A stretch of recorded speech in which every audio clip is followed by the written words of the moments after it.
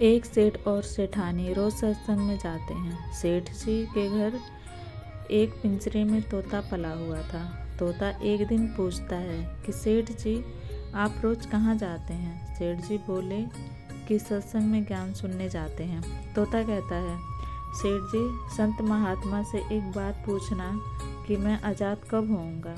सेठ जी सत्संग खत्म होने के बाद संत से पूछते हैं कि महाराज, हमारे घर जो तोता है उसने पूछा है कि वो आज़ाद कब होगा।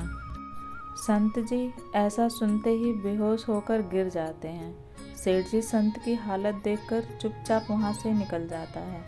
घर आते ही तोता सेठ जी से पूछता है कि सेठ जी, संत ने क्या कहा? सेठ जी कहते हैं कि तेरी किस्मत ही खराब है, जो तेरी आज़ादी का पूछते ही वे बेहोश हो गए।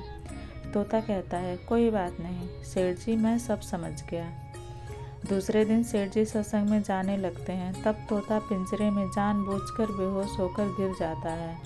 सेठ जी उसे मरा हुआ मानकर जैसे ही उसे पिंजरे से बाहर निकालते हैं तो वह उड़ जाता है।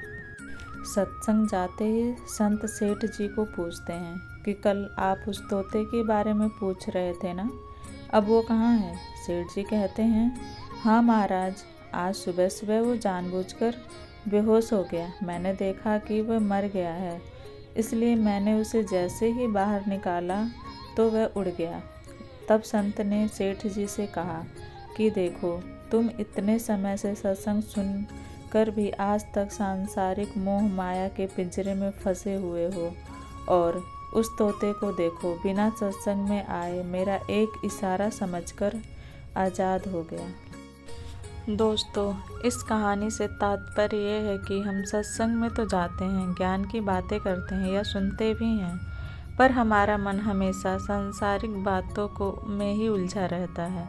सत्संग में भी हम सिर्फ उन बातों को पसंद करते हैं जिसमें हमारा स्वार्थ सिद्ध होता है, जबकि सत्संग जाकर हमें सत्य को स्वीकार कर सभी बातों को महत्व देना चाहिए, और जिस असत्य, झूठ और अहंकार को हम धारण किए हुए हैं उसे साहस के साथ मन से उतार कर सत्य को स्वीकार करना चाहिए।